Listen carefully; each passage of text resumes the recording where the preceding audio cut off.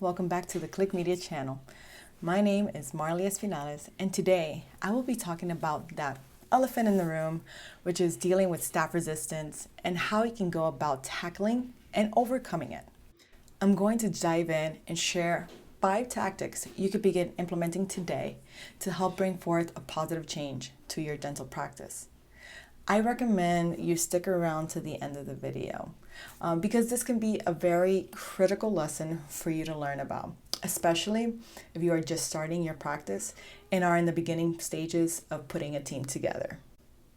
I will also be providing you with a free bonus gift that you can get and use with your team, specifically your front desk. Now, if you are excited about today's content, go ahead and type leadership in the comments below to let me know that you are. Also, please make sure to hit that subscribe button, hit that notification bell. And if you like any of the information that is shared on this video today, make sure to hit that thumbs up button so I can continue to create more content like this. So first off, what exactly is resistance within a team? What is the impact? First of all, if you're encountering resistance from your team or any sort of pushback, know that this is a very common issue. Your business is not the only one going through this experience, and it will not be the last. It can come in various ways, such as pushback in employees saying no after you ask them to complete a task, not following instructions from leaders or managers, rudeness, and lack of care regardless of whom they may be in front of, be it their fellow colleagues or worse yet, patients. One of the worst, in my opinion, is behind the scenes passive aggression, mainly because this is usually done behind the scenes, behind your back, so you're not exactly sure of what's going on. At least with rudeness or immediate pushback, you are clear on the action and can address the situation right then and there. Any and all of these elements can begin to negatively impact the work environment and sidetrack business growth and team bonding. When people give you pushback or show resistance in the workplace, what they are openly saying is that they don't respect you as a leader. If you yourself begin to second guess your role and authority within your own practice and are asking yourself if your team respects and appreciates you as a leader, then the answer is no, they don't. Now, before you begin overthinking and blaming yourself, just know that this may not necessarily be your fault. Just know that you're just going to need to earn that respect back. Ideally, this wouldn't be done over a period of time. This needs to be established from the get-go. From the moment you hire a person, you need to let them know that, hey, I'm the head of this practice. This is what is expected of you and of the team as a whole, and what we consider to be respect within these walls. If this is not established from the get-go, or for some reason down the line of their employment, they lose respect for you, it is your responsibility at this point to learn and understand the reasons why, and then work to earn that respect back. So these next 5 strategies are meant to help you deal, tackle, and overcome resistance from your staff. The first strategy is prevention. Prevention is key and will always be better than trying to manage the problem as it arises and happens. Prevention is meant to stop resistance or problems from happening in the first place. As mentioned earlier, the easiest way to do this is from the moment you hire your employee.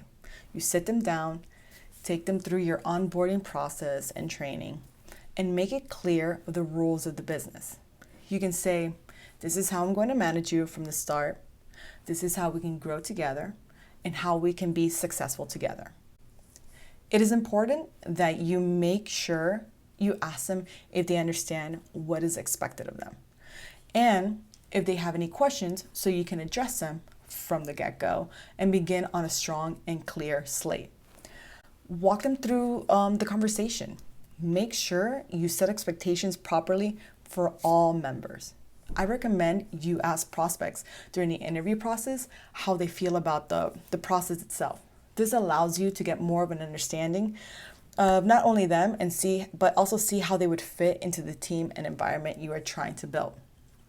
If you lay out your terms and get a sense of negative pushback, during the interview process, then that should be a clear indicator of what to expect during their time at your business. And you can then base your hiring decision off that as well. Prevention is always better than a management strategy. Remember that. Strategy number 2 is to regain control the moment you encounter any pushback or resistance from any employee. Act on it immediately. You should not let things slide or tolerate it for days and weeks on it. Take total control. If you don't, then your team will come to believe that your leadership or lack thereof in these cases is just a joke. What happens is when you give people an inch, they will take a mile. And what they are learning is that they can get away with certain things. Once they start playing with that idea, they will keep pushing that line because they know you are too lenient, don't care, and are no consequences. I understand that dealing with conflict or having to approach someone about this is not easy and it can be uncomfortable. So it's important to come up with an approach and process that works best for you.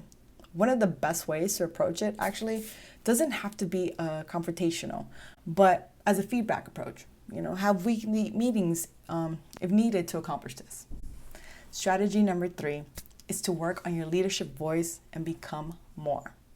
There's a difference between becoming and providing and doing more. I'm not talking about implementing more tactics or creating different processes to help improve staff resistance, but instead improve your leadership skills, which can help you command more respect when you walk into the room. It's about how you speak, the tone, the words you use, how you carry yourself, and so forth. Think about someone you admire, someone you aspire to be, and think about how you can become like them and emulate them. How can you take those skills to then showcase them in a way that will inspire your team while also gaining their respect? It's a big game changer. Be someone worth following. Become the leader your team wants to be led by. Strategy 4 is to create a process in which you can use to help you deal with staff resistance situations. Consider it a guide to keep you on track and in control of the conversation. Usually what ends up happening is an employee will want to take control of the conversation, move away from the points you're trying to get to, and try to go down an emotional road. This is not supposed to be a personal meeting or demeaning confrontation. It is meant to address an issue you saw and rectify it in a professional and effective manner. The process created should essentially do the work for you, taking the guesswork out of it. So create a framework for yourself and for your managers to follow, be it a quick checklist of points they should address. All of this can help increase confidence that you handled the situation in the best way possible.